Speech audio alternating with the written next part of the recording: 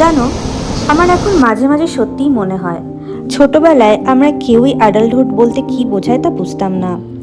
আমরা ভাবতাম বড় হয়ে যাওয়া মানেই ফ্রিডম, নিজের টাকা থাকবে, রুম থাকবে, ডিসিশন থাকবে, যেখানে খুশি যাব, যা খুশি তাই করা যাবে।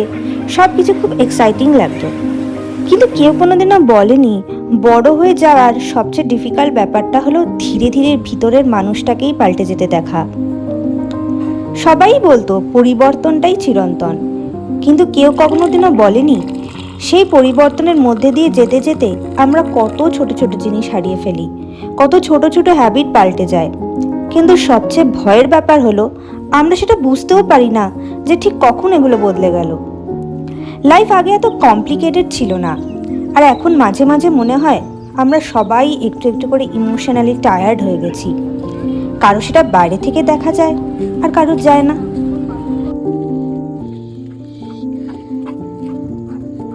ভিতরে ভিতরে প্রতিদিনই একটু একটু করে বদলে যাই।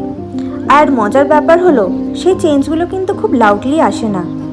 আর হঠাৎ একদিন তখন দেখি রাত জাগতে আর ভালো লাগছে না, ক্রাউডের জায়গাগুলোতে যেতেও ক্লান্ত লাগে, আগের মতো কাউকে ইজিলি ট্রাস্টও করতে পারা যায় না, আগের মতো এক্সাইটেডও হওয়া যায় না।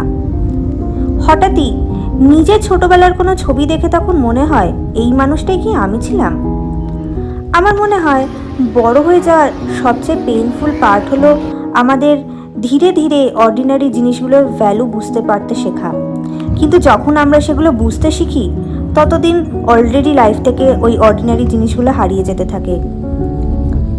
নিজের শহর কলকাতার কথা যদি বলতে যাই তাহলে কিছু কিছু জিনিস তো এক্সপ্লেনও করা যায় না।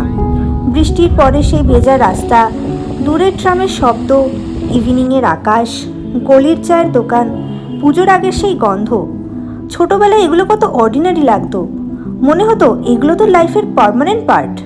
কিন্তু এখন বুঝি লাইফে পার্মানেন্ট বলতে কিছুই হয় না।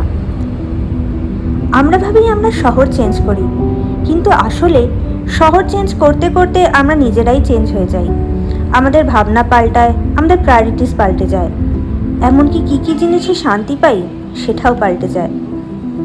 হ্যাপিনেস মানে বড় কিছু নয়। এখন হ্যাপিনেস মানে অফিস থেকে ফেরার পরের একটা শান্ত রাত, হঠাৎ বৃষ্টি নামা, ভালো একটা গান, বা মায়ের সঙ্গে ফোনে একটু কথা বলে নেওয়া, নিজের জন্য একটু টাইম পাওয়া।